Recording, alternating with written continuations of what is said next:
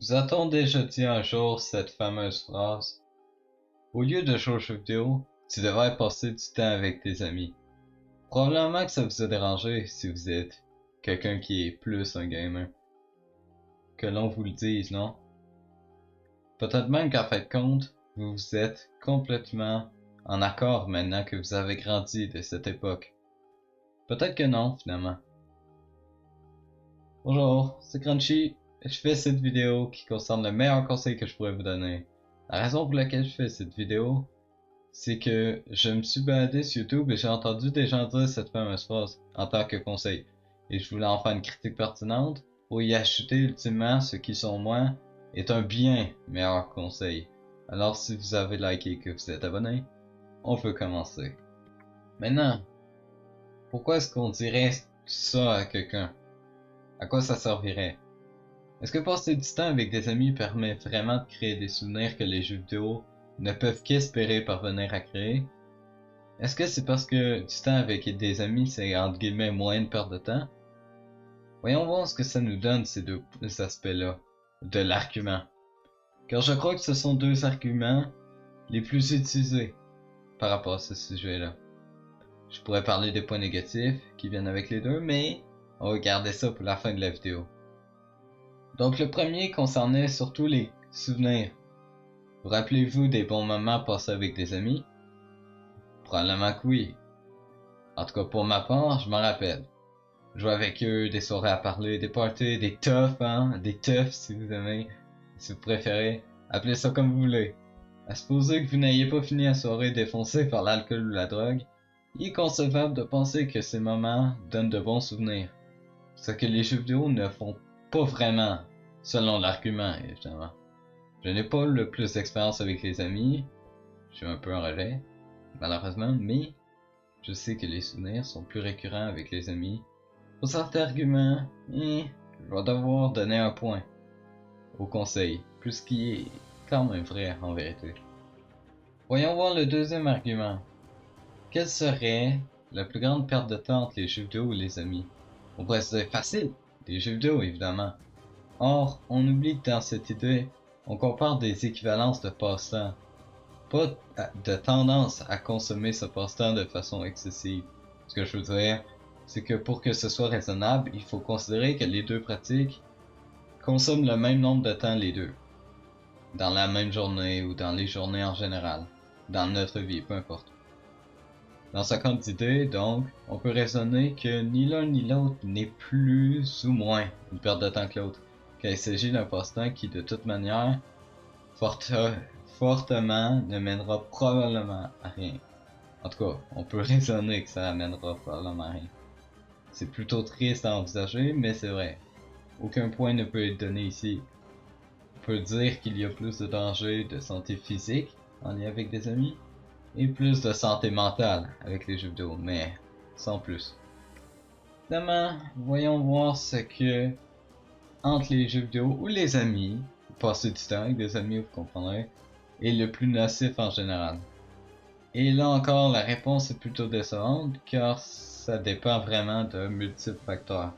Par exemple, pour les jeux vidéo, on peut parler de mauvaise humeur, de dépendance, de mauvaise santé mentale peut-être, ou de renfermement de soi. Tandis que chez le côté des amis, on peut parler du fait d'avoir des meilleurs amis qui sont nocifs pour toi et pour les autres, et qu'ils t'incitent à faire ces actions-là mauvaises, qui peuvent être des mauvaises amitiés en général. Donc, on peut parler de manipulation et de plein d'autres trucs là, mais on va rester dans le simple ici. On peut parler de consommation excessive, par exemple d'alcool et bon tout ça. Et des dangers physiques, par exemple, ça peut t'amener à l'alcool au volant et tout ça. Bon, vous avez compris que entre les deux, il y a pas grand chose de pire nécessairement, mais il y a des choses quand même qu'il faut noter. En bref, les deux ont des aspects nocifs qu'il faut notifier, car on ne le remarque pas forcément. Dans l'idée de profiter de la vie, est-ce vraiment de jouer aux jeux vidéo? Est-ce vraiment passer du temps avec des amis? Ça peut paraître étonnant, mais je pense que non, en vérité. Je pense pas que profiter de la vie, c'est vraiment ça. Je pense pas que c'est nécessairement pertinent d'ailleurs. Je pense qu'il y a une chose que tout le monde devrait posséder et que tout le monde devrait tenter d'atteindre pour être plus peut-être heureux, pour se sentir plus accompli. Et oui, vous attendez une vidéo qui crache sur un conseil? Eh bien, ce sera pas totalement le cas. Mon problème avec cette phrase n'est pas que dans l'idée jouer aux jeux vidéo constamment est une bonne chose. C'est pas pour critiquer l'idée que la dépendance aux jeux vidéo est mauvaise. C'est pour critiquer l'utilité du conseil. Oui bon, dans l'idée, tous les divertissements sont inutiles, ou presque. Ce dont je vais vous parler aujourd'hui, c'est le contraire. Un divertissement qui pourrait être utile. Je suis pas là évidemment pour dire ce qui est utile ou non, puisque vous le savez plus que moi. Je crois que tous ceux qui sont dans ma situation pourront potentiellement témoigner dans les commentaires parce que voilà, c'est tout ce que je vais dire. Selon moi, une passion utile, ce serait une passion que vous êtes sûr que ça va marcher, disons. Que ça va vraiment vous amener à un seuil, disons, dans la vie qui vous plairait et qui vous détermine dans un sens. Si vous êtes sûr que ça va marcher, par exemple, ça sera de quoi d'incroyable. Supposons que vous développez une passion pour n'importe quoi. Et on va prendre l'exemple de jouer avec les aux jeux vidéo et que ça vous mène dans une scène compétitive, là. C'est un exemple. Ben ça peut être une passion utile. Mais là, évidemment, l'idée c'est pas que je vous dise lesquelles le sont ou lesquelles ne le sont pas. Par exemple, je dirais que la chaîne YouTube en est une. Même si ben, ça marche pas trop nécessairement, mais c'est pas l'important. Elle me passionne et honnêtement ça paraît pas, mais j'adore faire des vidéos. Bon, peut-être que ça marche pas de façon excellente. Toute vidéo va être écrite et faite bien avant. Qu'est-ce que j'ai marqué là?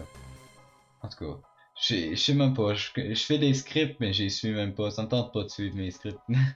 J'aime ça faire des scripts, mais les suivre c'est un peu bizarre. En tout cas, ce serait cool si cette vidéo-là fait 2 vues, je suis content, tu sais.